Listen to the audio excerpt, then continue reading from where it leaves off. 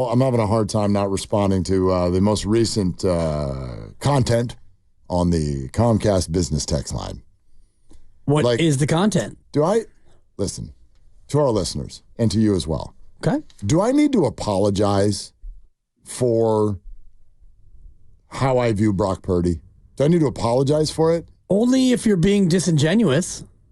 Okay. If you're being, if you're just doing it because there is, is Jed York paying your salary? No, I guess do you get paid by the sentence every time you praise Brock Purdy? Well, I do stay in Kyle Shanahan's guest room. And that's a great question. And I'm wearing a Shanahan hat. I'm wearing my Shanahan hat. Yeah. You probably got that for free. No, I didn't. I paid for this sucker. Well, then you don't have to apologize for your takes. Okay. But 415, great call for Willard saying Purdy is Joe Montana. Did I do that? I must have missed that. Do I do that? Am I that far off? I get it. You get to see Purdy how you do. I get to see, and I don't think he's Joe Montana. I don't even know why we do the Brady, the Montana, blah, blah, blah. I went on Seattle radio and said Brock Purdy is Tom Brady. You did? After 25 games. Well, that's true. And we did that here. That's actually true. And I did that on Seattle radio, except for the Super Bowl. Except for the ring. He's actually better than Tom Brady through 25. And actually did, I'm trying to remember, what was the arc? Now, Brady, it was less than 25 games, but he wasn't a rookie when he got thrown in. He was a year 2 guy, yes. I think, right? Yeah. Okay. Anyway, do you know what I mean?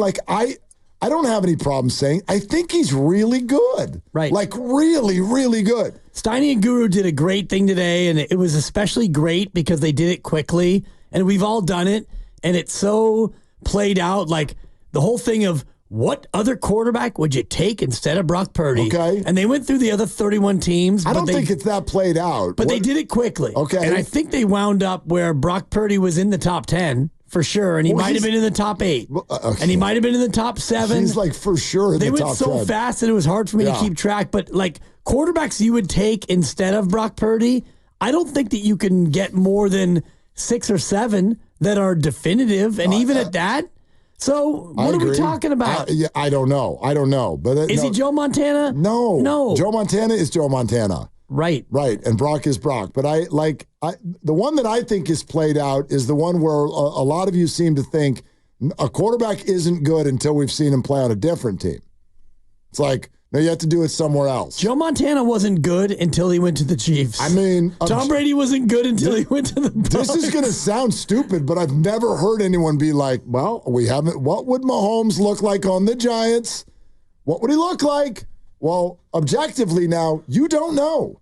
And I know you think you know. But subjectively, not as good as he looks on Kansas City. You don't. I've watched a Hall of Fame quarterback look great and go to the Giants and look like crap. And then go to a different team and look great again. His name is Kurt Warner. And he's got a gold jacket. So, yes, going to another team might make you look bad. Sam Darnold right now is going to get MVP votes if it happened today. But he looked like crap as a Jet and a Panther. I'll let you figure out why. Was it Sam? Maybe partially. But was some of it the Jets and the Panthers? Raise your hand if you think yes. My hand's up. Yeah. I don't need to see him anywhere else. I don't need to see any of those guys anywhere else. Josh Allen and Lamar and Burrow, none of them have played on other teams, and we fully accept that they are very, very good, if not great quarterbacks. And I've seen enough. So you don't need to share the opinion or anything like that. I'm not going to go to war with anybody. I don't think I sound that far off, especially when you listen to people who actually played the game. You know what I mean? The line of quarterbacks who think he's phenomenal is very long. It's getting longer, too. Very, very long list. And the line of people who think that he's a system QB or the product of Shanahan or a product of that he has around him, that line is getting shorter as well. Because the more he does it, and again, 18 to 28, you can look at it however you want. I look at last night's game as not a masterclass, but that's the kind of game from a quarterback that I look at and go, that was a great performance. The plays that were there, he made them. The plays that weren't there, he didn't make them worse. He threw 3 touchdowns, and his team put up 36 points. He had 4 scrambles that were very scrambly. They were scrambles that needed to be made. There were plays that broke down, and he got rid of the ball and didn't endanger his team's chances. He had 0 turnovers, and they won handily. If their special teams wasn't a disaster, they win that game by 20. Here's the way I look at it, and I think that this is relatable to any NFL city or whoever you root for, because not everybody who listens to us are 49er fans, and not everybody's here in the Bay Area. I think this is relatable if you're a football fan, no matter who your team is. The emotion you're looking for when you turn on the game and just think about your team season is, are you excited that that player is your quarterback? Most NFL cities, the answer is no. Most NFL cities. Some NFL cities are in a spot where they're like, definitely not. Like Cleveland. You excited? Definitely not. We are not excited. Okay. Then there's the ones who are sort of like just throwing out hope against hope. Washington, Chicago. Are you excited? Atlanta, Minnesota. Right. Like, yes. Well, those are different too. But the young, like the guys who have just been drafted. Right. Okay. Right. Are you excited? Washington? Yes. Chicago? We think so. Houston, you're thrilled. Boston? No clue. About to find out. New England, yeah. Houston, but like that's a year in, right? You're right. Right? And then there's the ones where you're just like, yeah. Like, I can't wait to sit down and watch him play today. And that's how I feel. That's how I feel. I'm not saying I wouldn't trade him for Mahomes, but I don't even know what world that, who cares? Who cares? He's here. He's yours. And like, I love watching him play. He does stuff every week where you're like, ooh, you know, like I think he's an exciting player to watch. Very exciting. I think that the question for me comes down to a very simple one, and this goes for all 32 teams, and it is, do you have a quarterback? And do you have a quarterback means, do you have a quarterback that you are excited about now and believe in the future? Like Green Bay is a good example.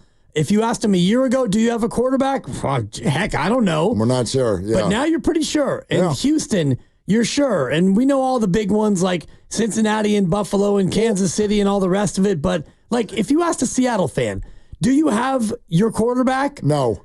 Exactly. No. And he's pretty good. He's pretty good. But he's not the dude. He's not going to take you to a Super Bowl. Like Denver, you don't know about Bo Nix. Yeah, that's early. And so we'll see. Jacksonville. I'm not sure what's going on there. Ask me on Monday. Right. And like there are certain guys who we've decided are good, yet their fan base is not necessarily in, hey, Philadelphia, I'm talking to you. How about the Chargers with Justin Herbert? No, that's if they had fans, we could ask them. Right, fair. But the jury's out, on Justin Herbert still. Kinda. I mean, like, I think the league really likes him. But hey, Pittsburgh, do you have a guy? Maybe, right? Well, like we're 3-2, so that's fun. You know what I mean? So like that's the way I look at it. I would argue forget talent. I would argue that the 49er fan base is one of the 7 or 8 most confident and lucky fan bases in terms of the quarterback they have. That's how I would say it. Any other word you want to use, pick your word. Well, and that's where, as a fan, that's where you should start, because if you're a 49er fan, do you have your quarterback? I think that for me, as a Niner fan, the answer is yes, because he is good. He's really good, and you win when he plays quarterback. So I don't know what more you want. Do you want a guy who can, off his back foot, throw it 75 yards? And if you watched last night's game, he made a couple of Mahomesian throws where he dropped down sidearm and he flipped a couple out. He makes more plays than people want to give him credit for. I mean, that's why 9 days from day is real interesting, because it's only a regular season game, but it feels like this matchup that may have chapters to it. Not Brady and Manning, because that was just annual, and these two are in a different conference, and quite frankly, they've only gone head-to-head in the Super Bowl, right? Like, I don't think – didn't the loss to the Chiefs before that was still Jimmy, wasn't it? I think so. The one from 2 seasons ago? I defer to Grandy on these memory Correct. things. Yeah, that was still Jimmy. That was McCaffrey's first game as a Niner, Correct. but he didn't start that so game. So Brock has only played Patrick one time, and they went to overtime, and Brock lost. So this is try two. And this will be a thing for some people, even though it's not the most important game of their lives. But hey, Purdy, go beat Patrick. And if he can do it in 9 days, that's going to be a thing for some people. All right, we're going to keep going on the phones here, and then we'll get to the replay thing and the kickoff thing. We really want to talk it out. You're listening to 95.7 The Game, KGMC, FM, in HD1 San Francisco, an Odyssey sports station, always live on the free Odyssey app. Twitch and YouTube, powered by First NorCal Credit Union for a low-rate auto loan. Apply online or just ask for First NorCal financing at the dealer. Hi, Matt in San Rafael. Thanks for calling. What's good? Hey, Mark. Happy Friday to you guys. Before I get to my point, it was interesting. I was listening to what you guys were just talking about, and you guys mentioned Love and how the Packers are now happy. They weren't last year. Love has a much smaller sample size than Purdy does, yet everyone, because of his pedigree, is ready to make him the next anointed one for that franchise. And he might be. We just don't know. And then you look at Smith last night, and everyone was talking about how Geno's found his groove, and he's got a pretty big contract, and he made the mistakes that Purdy didn't. They lost the game in large part because of Geno Smith last night. Mm-hmm. The 49ers won, I believe, almost exclusively because of Brock Purdy. The two things I wanted to say are, one, I find it really kind of strange why people continue to want to dump on Purdy and not support him and not believe in him. And I don't know if it's that there's this, he's a low draft pick and they don't want, potentially bad players to get the pub. I don't know if it's the Niners. I don't know if it's just the way society's gone. I don't know if it's the old guard of the Niner fans saying, no, nothing will be like that. I don't know, but I find it weird.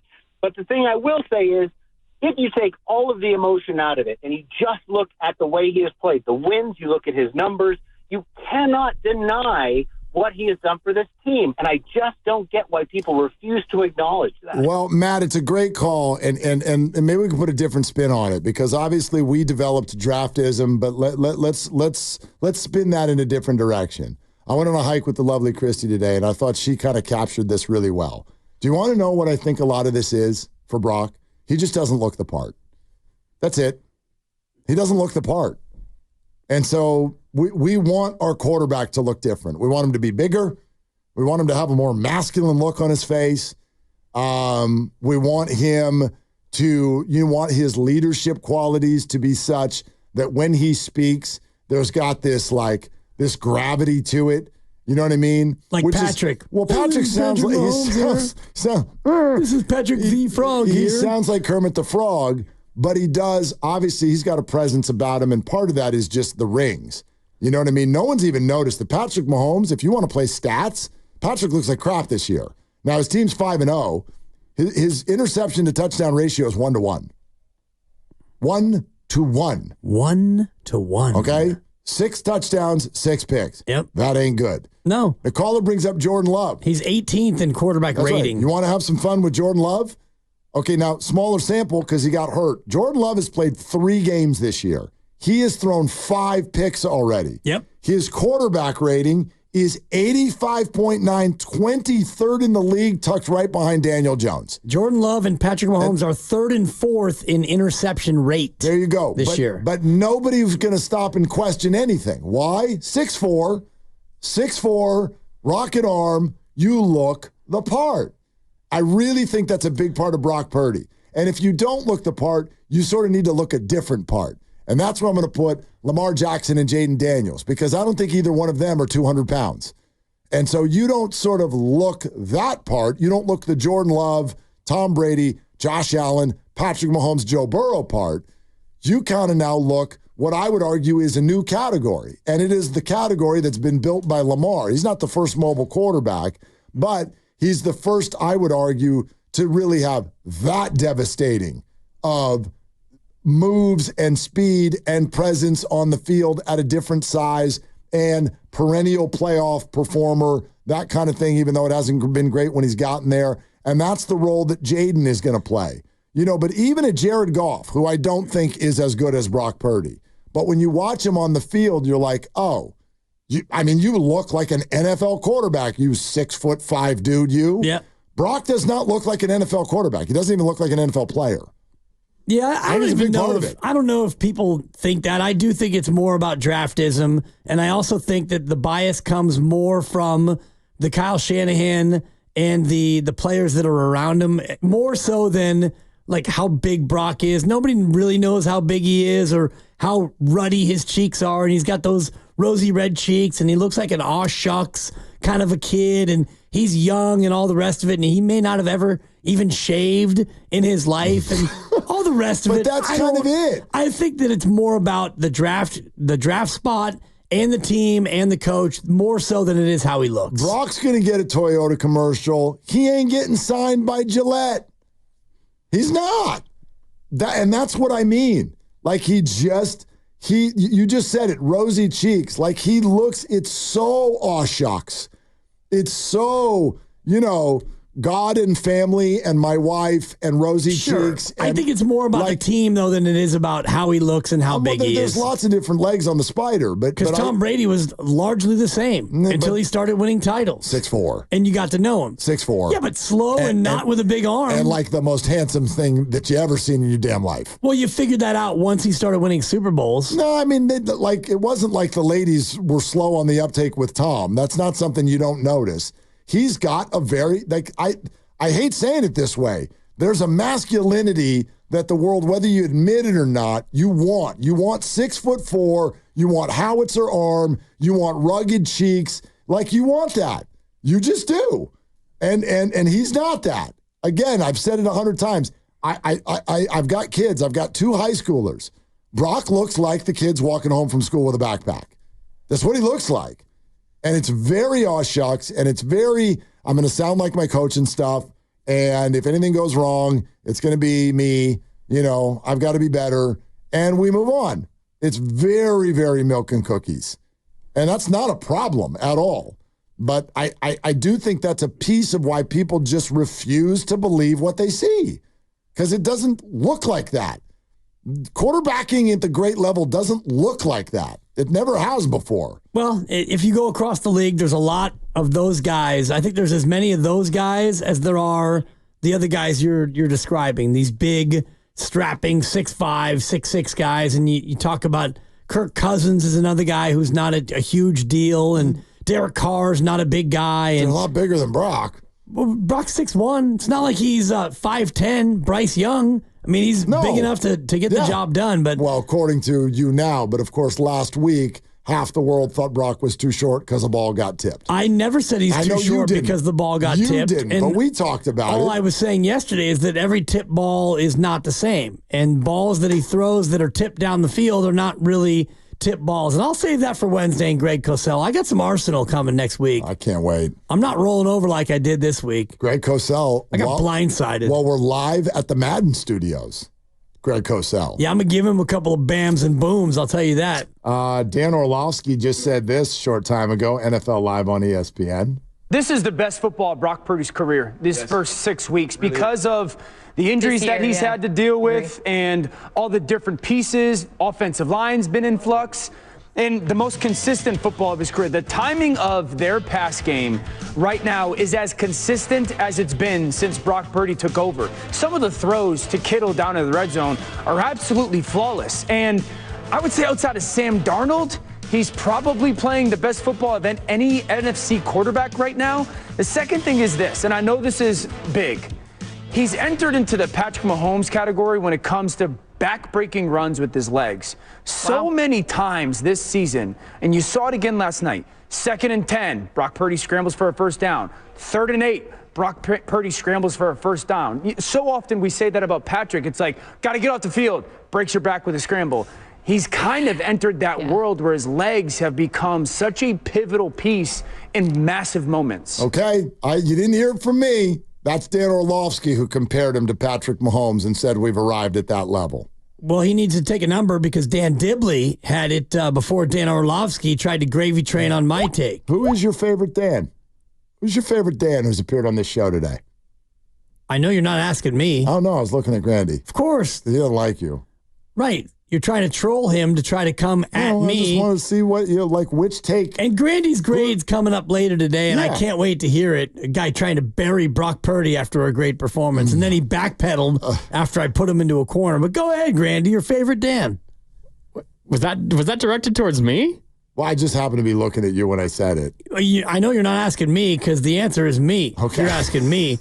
It's me. And Orlovsky's right. If you look at his runs yesterday, a couple of scrambles, he had 4 carries in all, and at least 2 of them went for first downs. And so that's what I'm talking about. Don't just look at the numbers, people. Watch the damn tape. Do yourself a favor and watch the game. Yeah. Put down the nachos and watch the game. It's not about 18 for 28. No, it's about what he does in totality That is as a quarterback. Straight from America's foremost tape watcher, Dan Dibley. I'm up there. Yeah. I'm no Greg Cosell. Zone read. We're going to bite a kneecap off. I'll go Dan Campbell. Okay, perfect. That I had to was sneak that one that in was there. well played. At least I'm in the bronze medal spot for now. For now. Yeah. We're looking for more Dans. If your name's Dan, 888-957-957 is the number. Brian in San Ramon is next. Hi, Brian. Hi, how are you guys doing? What's up?